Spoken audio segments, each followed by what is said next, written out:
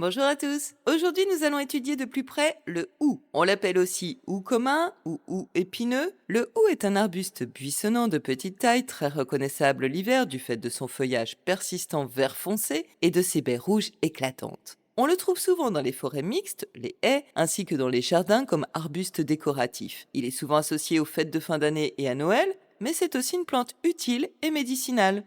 Le hou est un arbre chargé de symboles depuis toujours. Il a été considéré comme un arbre sacré, un arbre de lumière et même un porte-bonheur et un protecteur. Il est aussi à l'origine du verbe houspiller, car autrefois, on confectionnait des balais rudimentaires avec des branches de houx pour nettoyer les autels de culte. Littéralement, houspiller signifie rudoyer quelqu'un avec une branche de houx.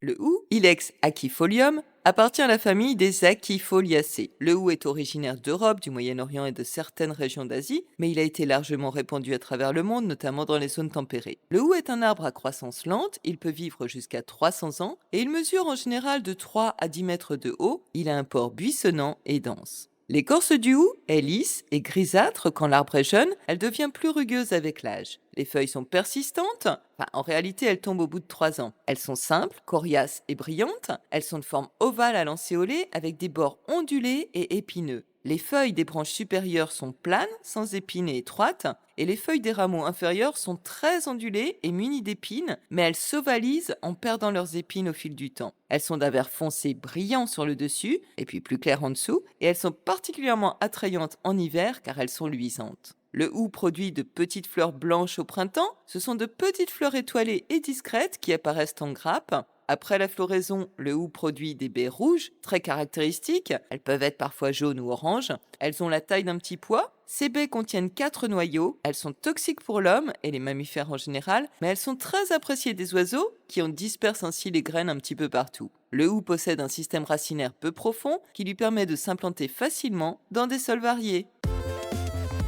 Chez les Romains, on offrait des couronnes de houx aux jeunes mariés pour les féliciter et leur souhaiter le meilleur. Chez les Grecs, le hou était un symbole de prévoyance. Au Moyen Âge, on se servait du hou pour ramoner la cheminée. On faisait de gros fagots de hou qu'on attachait au milieu d'une corde. Ensuite, deux hommes effectuaient des va-et-vient dans le conduit, un qui tirait en bas et l'autre sur le toit, qui remontait le fagot. La cheminée servait aussi de garde-manger et on y attachait la viande salée à une corde avec du hou pour la préserver de l'attaque des rats. Au XIXe siècle, le hou était considéré comme un fébrifuge égal au quinquina et il était utilisé contre les gènes respiratoires par les Anglais.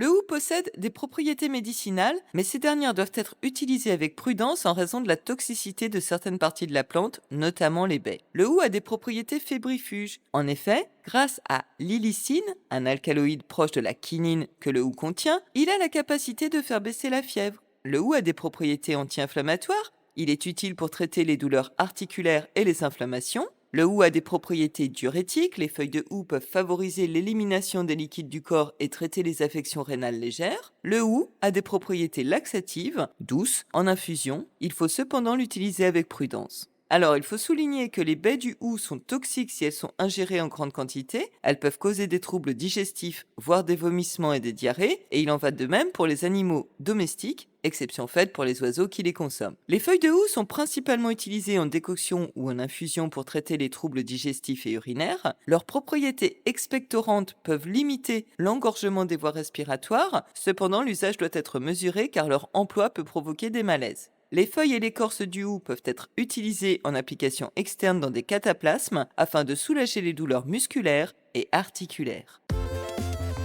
Alors, le hou n'est pas utilisé en cuisine en raison de la toxicité de ses feuilles et de ses baies. Les baies contiennent des saponines et sont vomitives. Il existe néanmoins une eau-de-vie traditionnelle alsacienne confectionnée à partir de baies de houx qui sont mises à macérer dans de l'alcool puis distillées. Si l'on ne peut pas distiller l'alcool, on pourra faire un vin de houx à partir des feuilles en les faisant macérer 15 jours dans un litre de bon vin blanc, additionné d'un peu d'eau de vie et de sucre. On peut aussi confectionner un sirop médicinal avec les feuilles ou bien des infusions. Les feuilles du hou ne sont pas toxiques, mais il ne faut pas en abuser non plus. Leur usage reste médicinal pour soulager notamment les fièvres et les états grippaux. Enfin, on peut trouver dans le commerce un excellent miel de houx. Ce miel est de couleur jaune pâle et il est très onctueux. Il sera utile pour traiter les maladies respiratoires, les ulcères, les rhumes et les bronchites, ainsi que les problèmes de peau tels que l'acné et l'eczéma en usage externe. La cueillette du hou dans les forêts publiques est tolérée en petite quantité et pour un usage exclusivement familial. Les feuilles de houx se récoltent au printemps ou à la fin de l'automne avant les premières gelées, car elles ont encore leurs propriétés médicinales et leur efficacité. Les baies du hou, uniquement pour les connaisseurs, sont récoltées en hiver, mais elles doivent être manipulées avec beaucoup de précautions en raison de leur toxicité. On peut récolter des rameaux de houx durant l'hiver pour réaliser des décorations ou pour un usage rituel.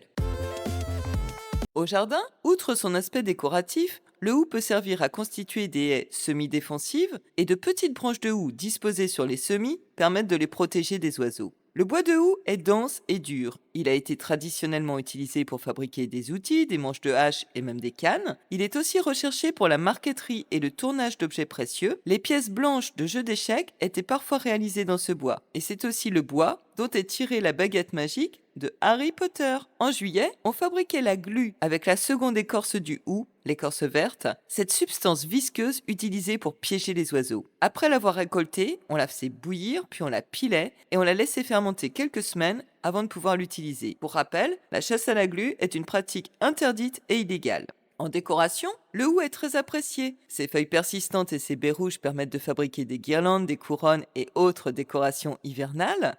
Cette tradition de décorer les maisons avec du hou durant Noël remonte à d'anciennes croyances celtiques qui voyaient le hou comme un symbole de la vie éternelle. Le hou, avec ses feuilles épineuses, était considéré comme une plante protectrice, notamment contre la sorcellerie, et il ornait souvent les bâtons des druides. Il était planté autour des maisons pour repousser les mauvais esprits et protéger les habitants des influences négatives. Le maté, ou yerba maté, cette boisson traditionnelle venue d'Amérique du Sud, est issue d'une plante qui appartient à la famille du hou, Ilex paraguariensis. C'est un stimulant physique et cérébral. On retrouve le hou dans les fleurs de Bach, sous son nom anglais Holly. Cet élixir rééquilibre et réharmonise les états d'esprit négatifs en favorisant l'ouverture du cœur. En raison de sa capacité à survivre au froid de l'hiver, le hou est aussi symbole de résilience et de renouveau. Dans le langage des fleurs et des plantes, le hou est le symbole de l'insensibilité pour certains, alors que d'autres en font un symbole de paix et de prospérité.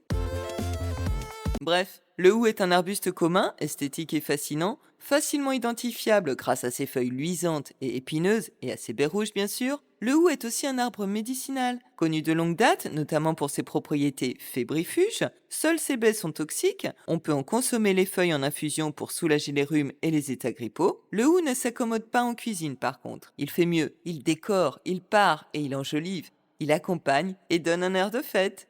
Et si vous avez apprécié et aimé cette vidéo, pensez à liker et à partager le lien pour faire connaître cette chaîne et bien sûr à vous abonner. Vous pouvez retrouver les recettes et cette fiche sur le site de la petite musique dans la forêt.com, dont le lien figure en barre de description. Tous les commentaires sont les bienvenus, qu'il s'agisse d'apporter des précisions, de formuler des appréciations ou de poser des questions. Et sur ce, je vous dis à mardi prochain.